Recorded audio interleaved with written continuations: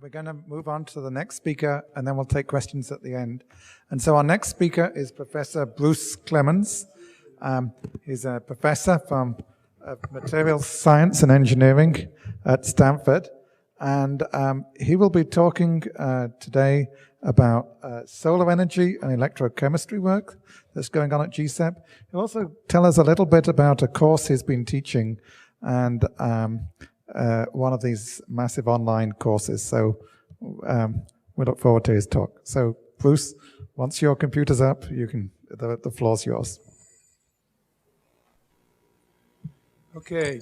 I want to add my thanks to Reliance and GCEP for organizing this and inviting me to give a talk here today. And I'm going to talk about solar and solar photoelectro catalysis as well. So I'm going to give you my take on it. Sally's introduced a lot of this topic already and a lot of the work that is going on in GCEP in this area. But I want to show you how I look at this. So here you can see circles, and the area of these circles represent the energy or power that we're getting currently from these technologies. And you can see that there's some bigger than others.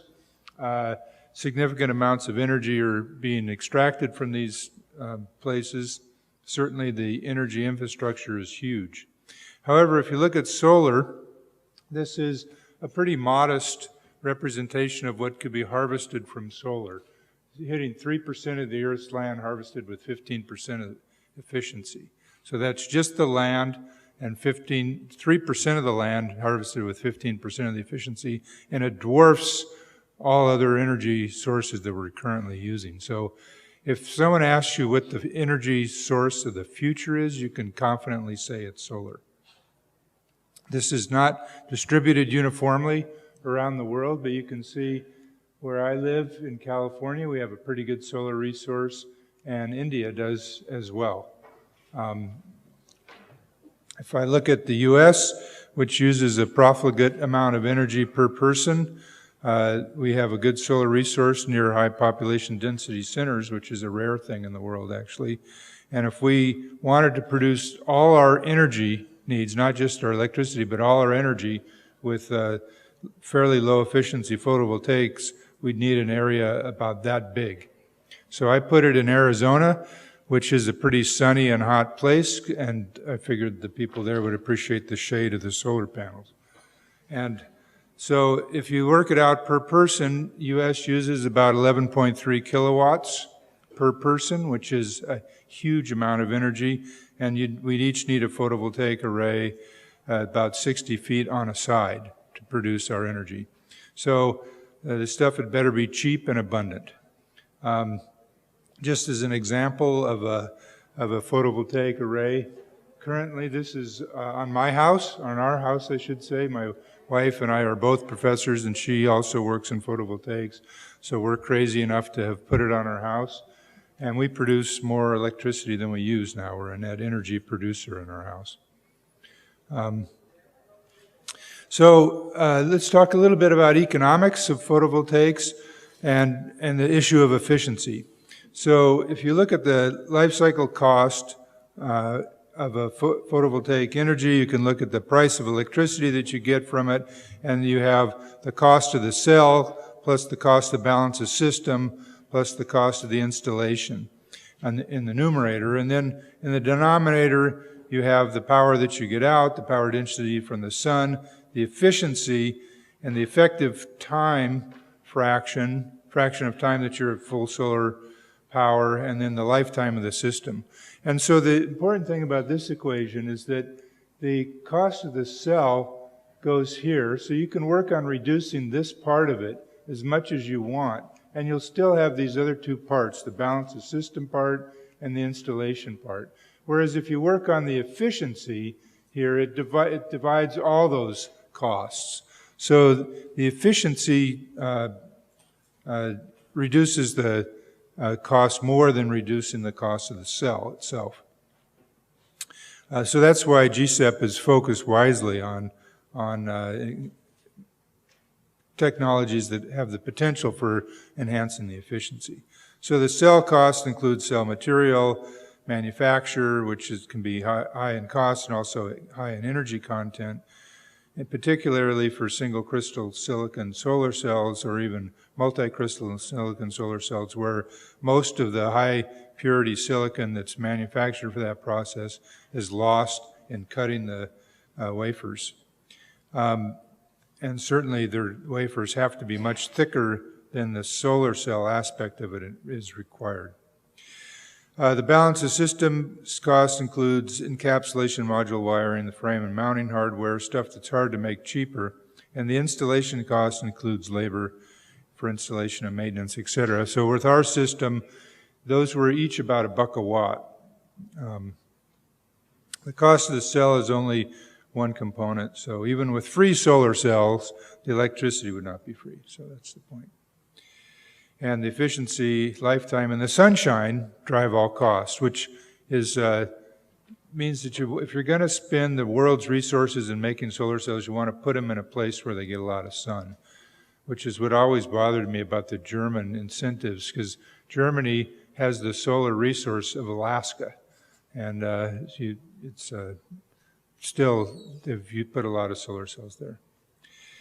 I want to talk just a little bit about how a solar cell works. It's made up of something called a conductor, which has a band gap, which is a region in energy where there's no electron states. And so you have a band that's nearly full of electrons and one that's nearly empty of electrons, known as the valence and the conduction band, respectively. And light kicks electrons from one band to the other.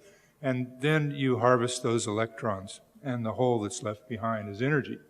So you can hit it with higher energy light, and you get a big excitation from deep in the valence band to high in the conduction band, and lower energy light, and that's less, and you get even lower energy light, and they're even closer to the bands. If you get low enough energy light, you don't have enough energy to kick the electron from the valence to the conduction band.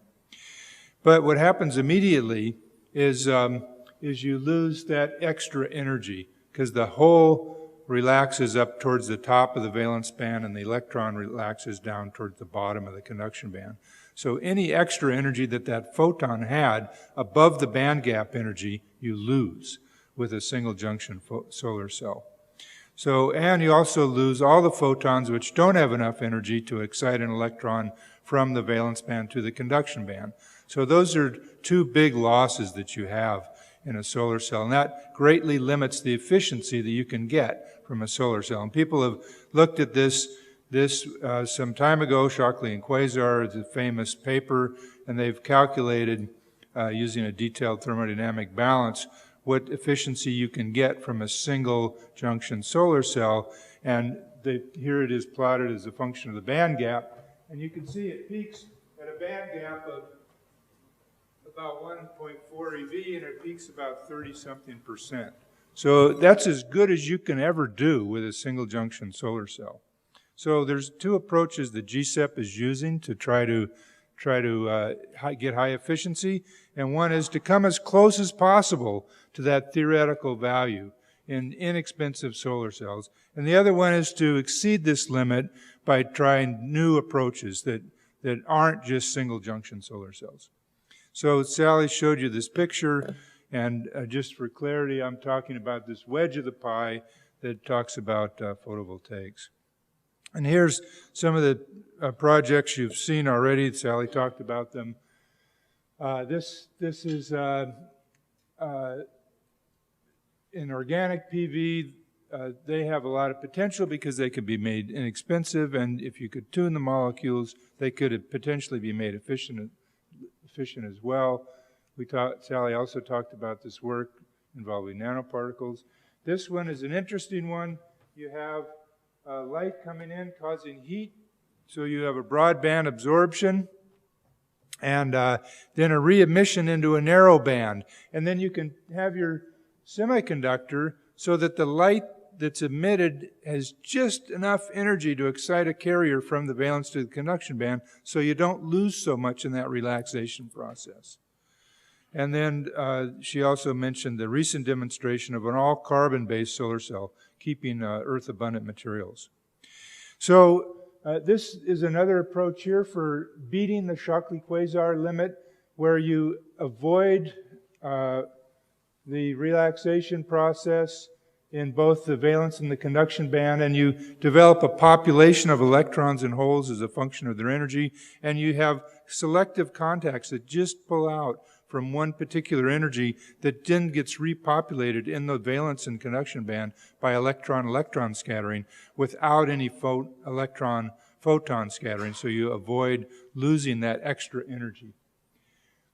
This is a project that she also mentioned. If you can reduce the amount of material in the solar cell by enhancing the absorption with various effects, you can reduce the cost of the solar cell and still have very high efficiency.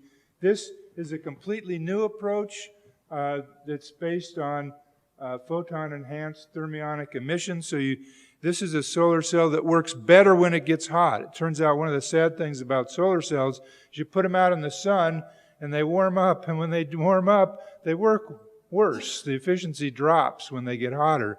But with this photon-enhanced, it works better when it gets hotter. So this could be combined with a thermal capture, energy capture system in order to increase the efficiency of the whole system. And then she also mentioned this work on solar fuels where they're looking at making both anodes and cathodes with a very clever nanostructure or microstructure, and I should say, approach to material fabrication. So now I'll turn to some of our work that was actually started in a GCEP project, but is now transitioned to a consortium involving several companies called the Bay Area Photovoltaics Consortium.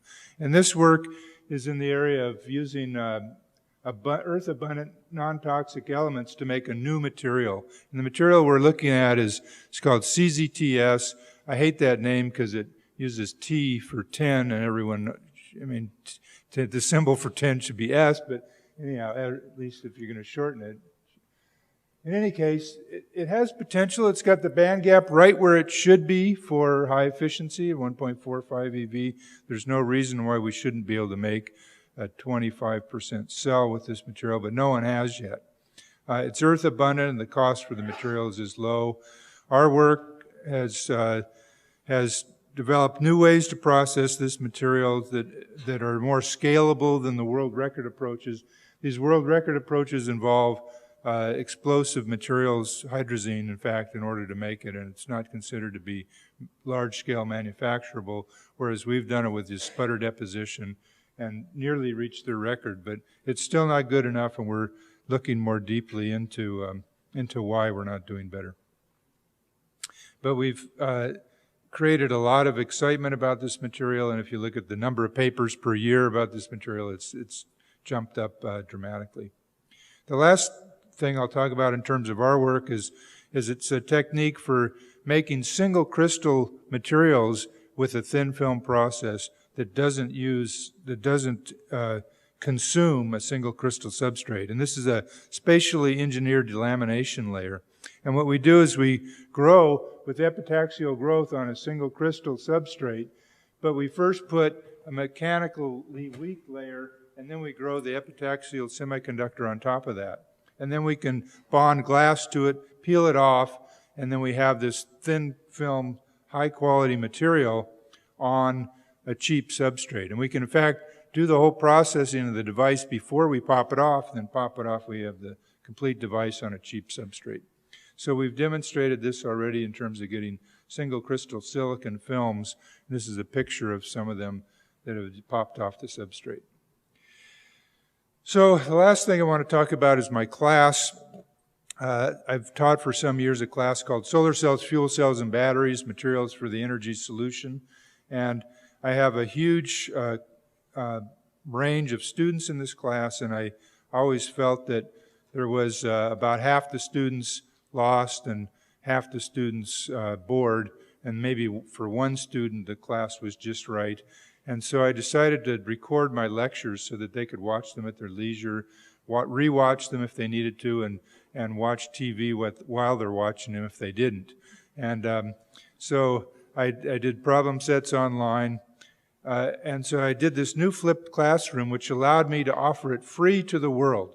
as a massively open online course. And I did so last fall, and I will do so again next fall. So I post recorded lectures. I used a low-cost, low-production value, short segment lecture format. I had online homework and final exams. I had a very active forum for the online students. They took a lot of interest in the forum, and they put a lot of effort into their presence on the forum. I had over 12,000 students sign up for this course.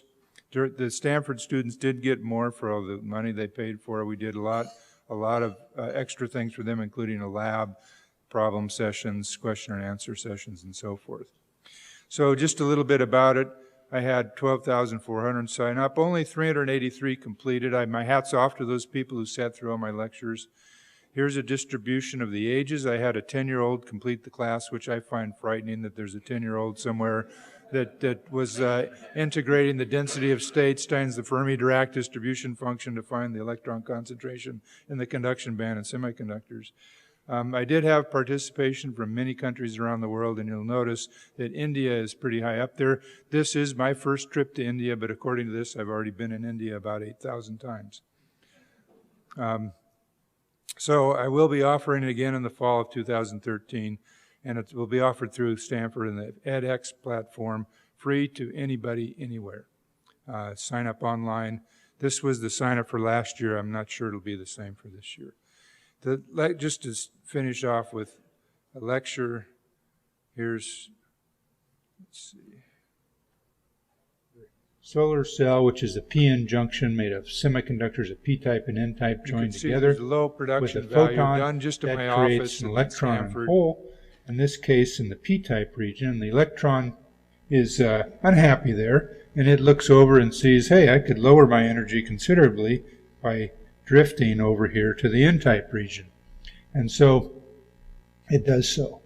And that's current through voltage. You can see that would get old listening to that. So I tried to liven them up a little bit by having some humorous things in the beginning of my talk. So here's one where I did so.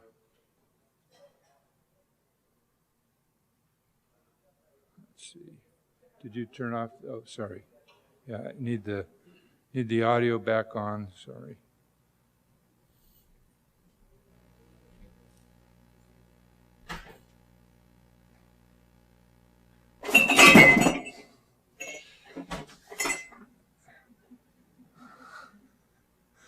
You can see I survived the horrific bike accident, and I go on to give the lecture. So, thank you again. This has been a fantastic trip. We were welcomed with open arms into a village. We listened while people shared their hopes. We saw people building for their future, and we saw beautiful gourds filled with seeds for a better future.